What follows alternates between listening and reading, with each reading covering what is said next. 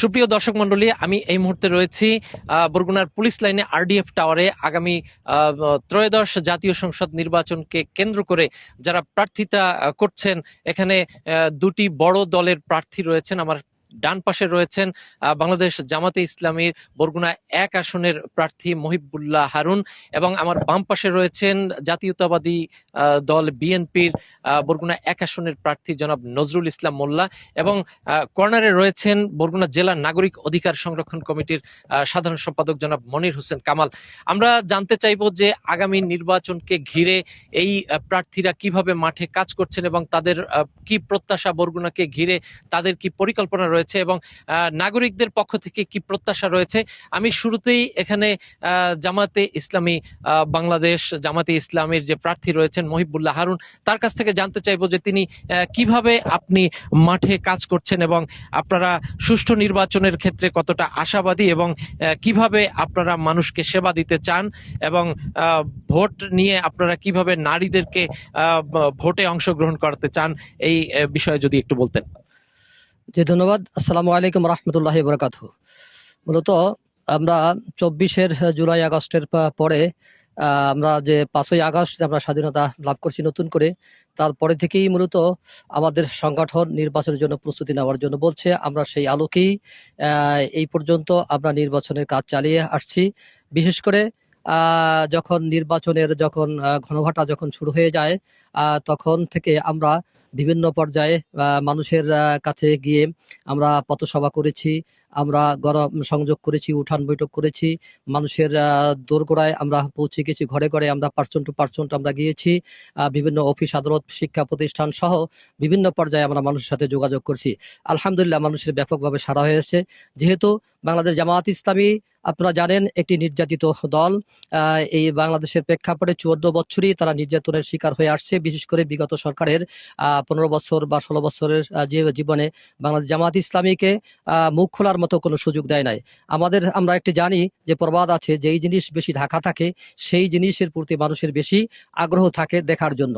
তো দীর্ঘ 15 বছর পর্যন্ত মানুষকে জামাত ইসলামীকে কোনো তারা সুযোগ দেয়নি।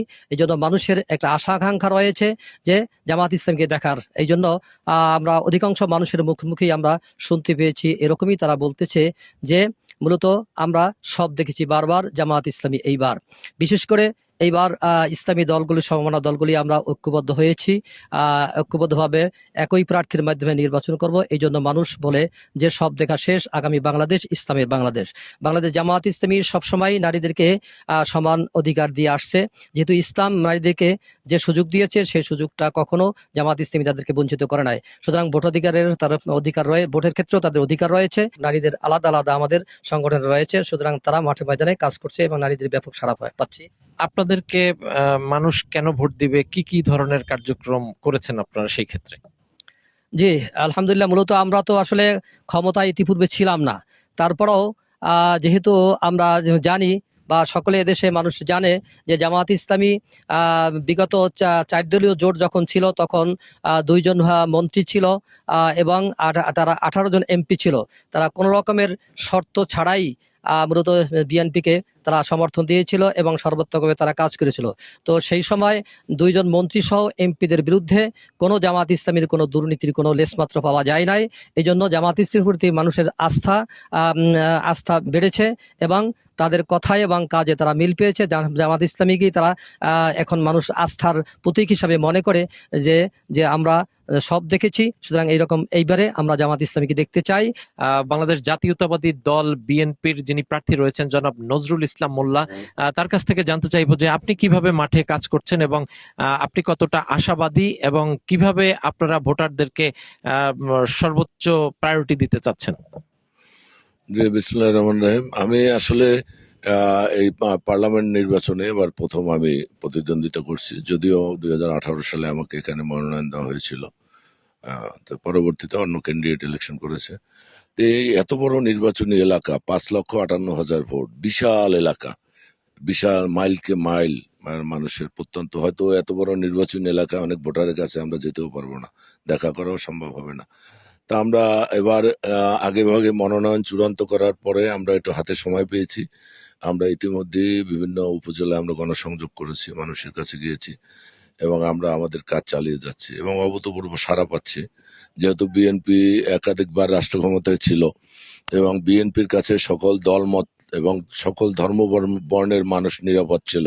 বিএনপির সময় এই ধরনের কোনো প্রশ্নই কেউ উত্থাপন করে না যে আমার স্বাধীনতা হস্তক্ষেপ করেছে, আমার ধর্মে হস্তক্ষেপ করেছে। এটা বিএনপির সময় কখনো আমরা শুনি নাই কোথাও। মানুষের প্রত্যাশা আগামী দিনে বিএনপি রাষ্ট্র ক্ষমতা আসলে আপনি বরগুনা এক আসনে কি ধরনের চমক দেখাতে চাচ্ছেন? ইনশাল্লাহ আমি তো চমক দেখানোর কেউ না, চমক দেখাবে আমাদের ভোটার জনগণ।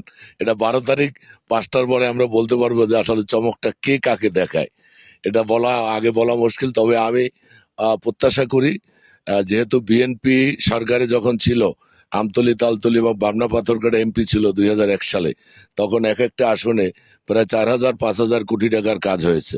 এরপরে এই 17-18 বছর আওয়ামী লীগ ছিল, সেক্ষেত্রে আমাদের এই আসনে এরপরে তেমন কোনো কাজ হয় না, বা ওইসব আসনেও বিএনপি ছেড়ে দেওয়ার পরে সেরকম কাঙ্ক্ষিত উন্নয়ন কিন্তু আমরা আমতলী তালতলীতেও দেখি নাই।